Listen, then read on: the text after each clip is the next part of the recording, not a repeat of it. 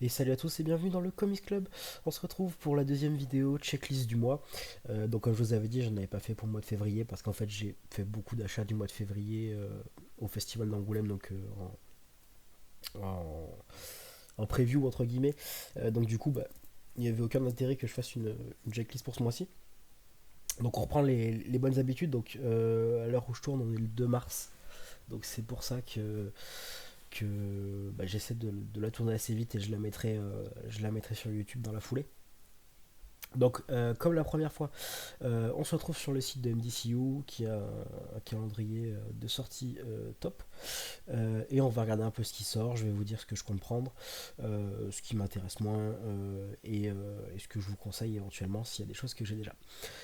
Du coup, mercredi prochain sort le dernier numéro de Blood Hunt, donc que moi je n'ai pas pris, qui ne m'intéressait pas sur le papier. Maintenant peut-être que je le prendrai éventuellement s'il sort en relié, en deluxe. Born Again, bon moi je l'ai déjà dans un autre format, mais je crois que c'est un format prestige celui-ci. Donc les intégrales, moi je les prends pas. Pour être honnête, je préférais les Epic Collection.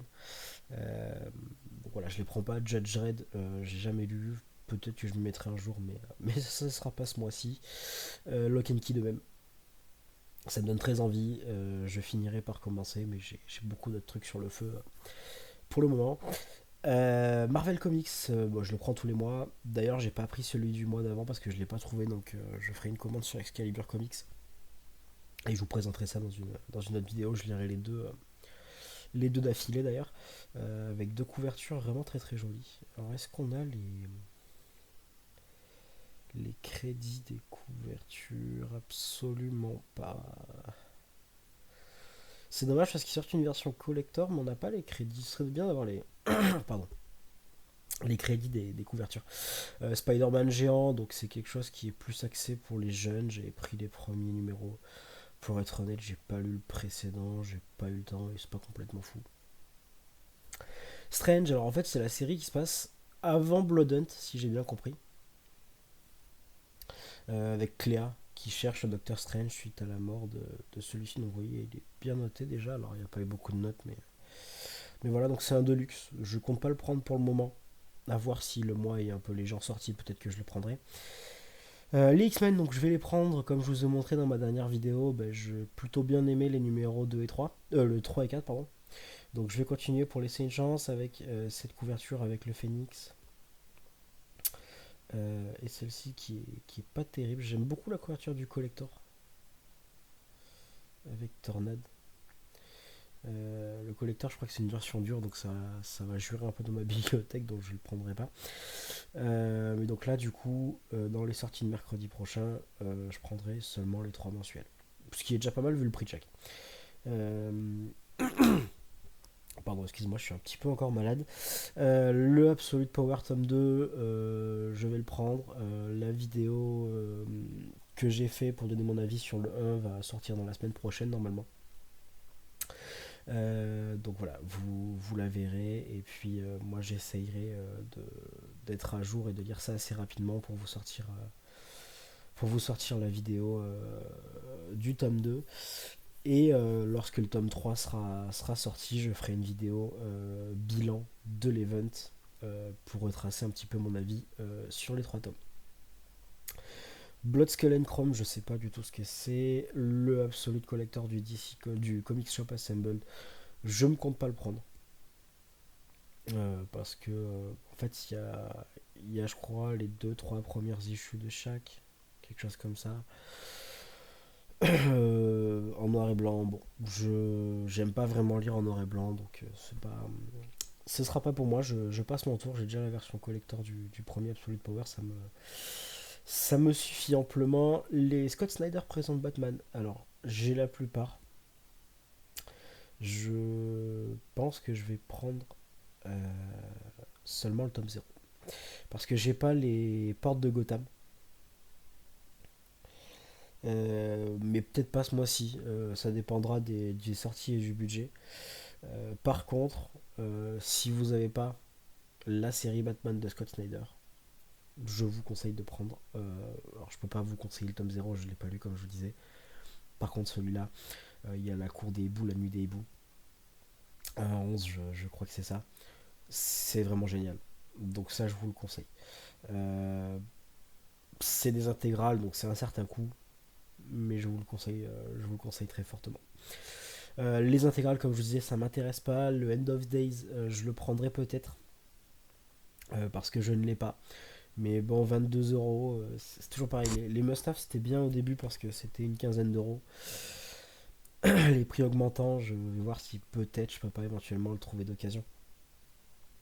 Immortal Hulk, ça m'intéresse pas. J'ai déjà les tomes en 100%. Miles Morales, la série de Cody Ziegler, j'ai abandonné. J'ai vraiment pas aimé les premiers tomes. Donc pour l'instant, j'attends un changement d'équipe artistique ou un reboot éventuellement. Rock des tirs, je sais pas ce que. Rock Tier, pardon, je ne sais pas ce que c'est.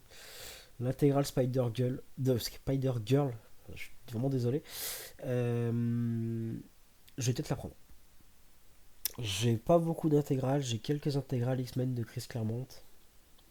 Je suis pas fan du format, mais c'est de l'inédit, c'est un personnage que j'aime beaucoup.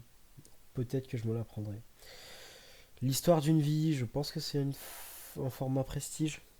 Non, c'est un format de luxe parce que le format prestige était déjà sorti. Je vais pas le prendre. J'ai déjà le format 100% avec le deuxième par rapport à J. Jonah Jameson. J'ai le format prestige également. Par contre, si vous ne l'avez pas, foncez, c'est vraiment génial. C'est, si vous ne savez pas ce que c'est en fait, toute la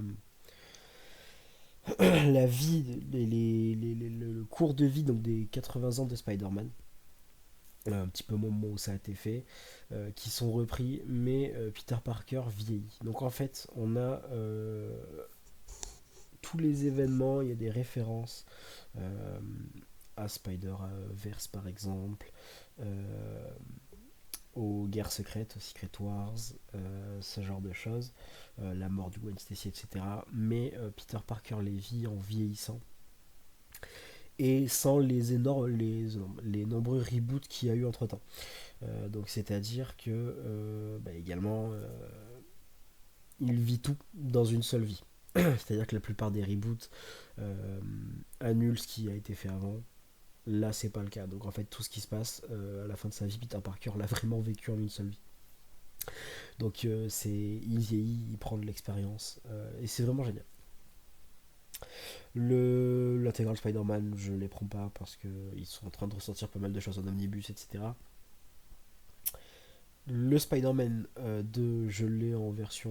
Il avait sorti, je crois, en version soft cover à l'époque. Donc je l'ai dans cette version-là. C'est pas mal, mais dans mes souvenirs, c'est pas complètement dingo non plus. Spy Supers, je ne sais pas ce que c'est. L'intégrale, donc pareil, je ne les prends pas. 100 Bullets, je vais pas le prendre, mais c'est une série qui me fait de l'œil, donc peut-être dans les prochains mois je le prendrai. Le Down of Titans, je vais le prendre parce que j'ai les deux premiers tomes et j'ai plutôt bien aimé. C'est pas complètement fou, mais c'est pas mal. Et c'est, je crois, ce qui se passe enfin, en parallèle de Absolute Power. Donc ça m'intéresse de voir un petit peu ce qui se passe. Et la série est vraiment cool. Par contre, voilà, comme je vous expliquais dans ma précédente vidéo, quand je parlais du Down of Green Arrow, ce format avec des séries. En fait, ils ont repris le format des softcovers de l'époque avec pas mal de séries, sauf que en fait, c'est des formats à 30 balles. Et du coup, quand tu payes 30 balles pour avoir des séries non désirées, entre guillemets, c'est un petit peu frustrant, c'est un petit peu dommage. Le Incredible Hulk, j'ai pas suivi les dernières séries, ça m'intéresse pas vraiment. Conan, je ne lis pas. Tout l'univers Star Wars, je ne lis pas. Micronautes non plus. Donc comme Conan non. Le Spider-Man par Michelini, j'ai les icons donc je ne le prendrai pas. J'allais dire si vous les avez pas lus, prenez-le, mais c'est un omnibus, c'est 80 € donc c'est vrai que c'est compliqué si vous n'avez pas lu, si vous n'avez pas de bagage sur Spider-Man de prendre ça comme ça. C'est le seul reproche qu'on peut faire aux omnibus. Par contre, si vous avez déjà un pied dans l'univers des comics, que ça vous dérange pas de mettre ce budget là, que vous savez que vous allez aimer, ou prenez-le, ça vaut le coup. Le tome 3 de Captain America de Straczynski, je vais évidemment le prendre. Donc c'est le dernier tome de ce que j'ai compris. J'ai suivi un petit peu les informations de Marvel Comics. C'est Chip Zdarsky qui reprend la suite. Donc il me tarde de voir.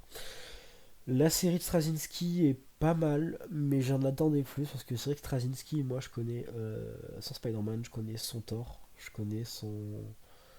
C'est Supreme Power, je crois. Euh, et vraiment, j'adore. Vraiment, c'est génial.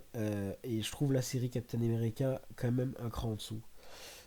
Mais c'est quand même pas mal par rapport à ce qu'il y a eu avant. Je trouvais que le concept de la de guerre froide de l'Evan Cold War était cool. J'ai bien aimé, mais ça tombait un peu comme un soufflet. Et la série là, celle-ci est pas mal. En 3 tomes. Donc ça le fera, je pense, un deluxe. Peut-être deux, si ils mettent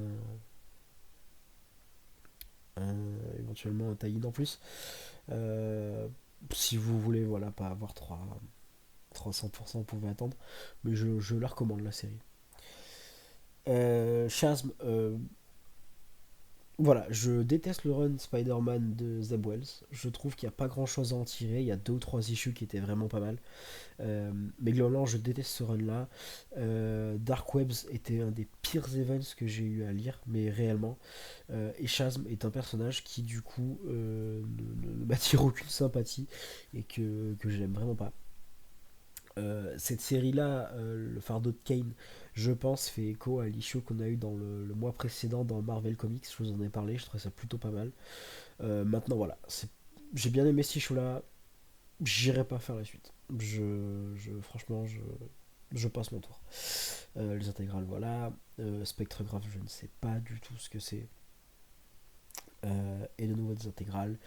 Et le vendredi, dernier vendredi de mars, le jour donc de DC Comics, le Batman Chronicles. Alors j'ai pas du tout commencé cette collection.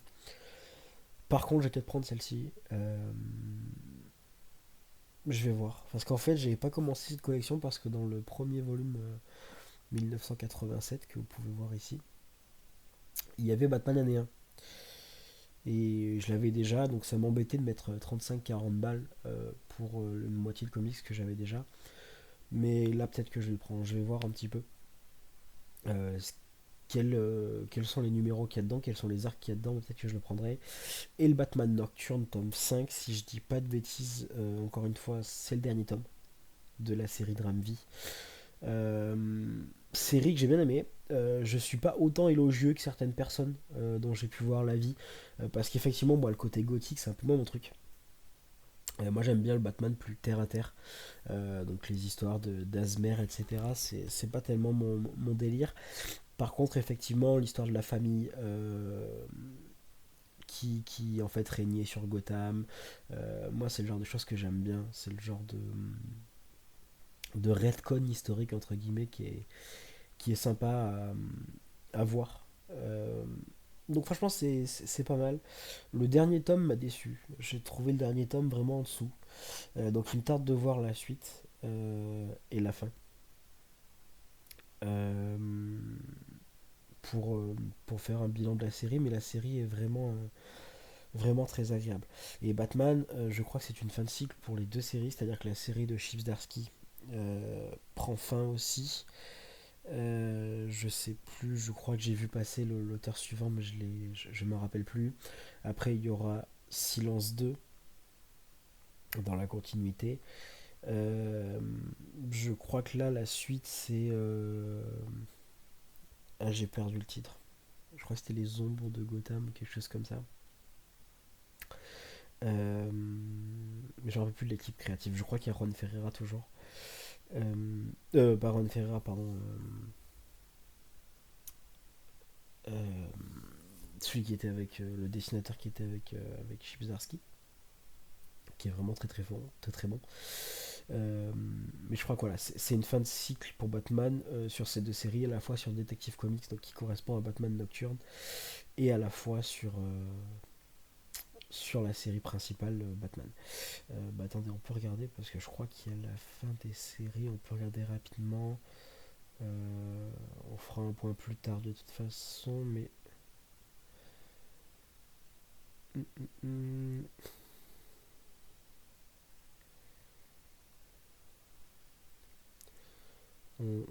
ça en détail le mois prochain, évidemment. Mais il me semble avoir vu les titres passer. Et donc, si j'ai vu les titres, il y a peut-être un monde où on a l'équipe créative pour se hyper un petit peu. Dark Patterns, voilà. Pas du tout les ombres de Gotham. Donc, ça, c'est la série régulière. Euh, je crois. Mais il n'y a pas l'équipe créative. Bon, on fera le point, je vais me renseigner, au pire je vous donnerai les informations en temps et en heure. Voilà, donc pour ce mois de mars, il n'y a pas non plus énormément de sorties. Ça reste des sorties qui en termes de budget, bon, ben, sont un petit peu gourmandes. Comme je vous disais lors des précédentes vidéos, voilà.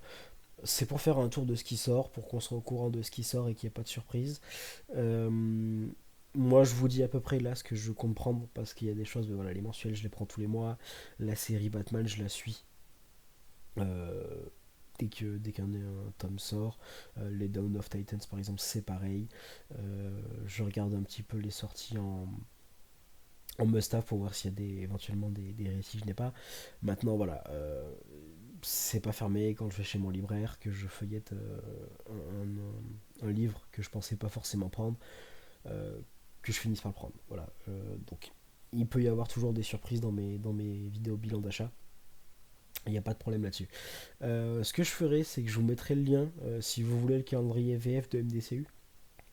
Parce que c'est vraiment pas mal et moi c'est ça qui me permet de faire le tri, de voir les dates, etc. Pour pouvoir faire mes achats.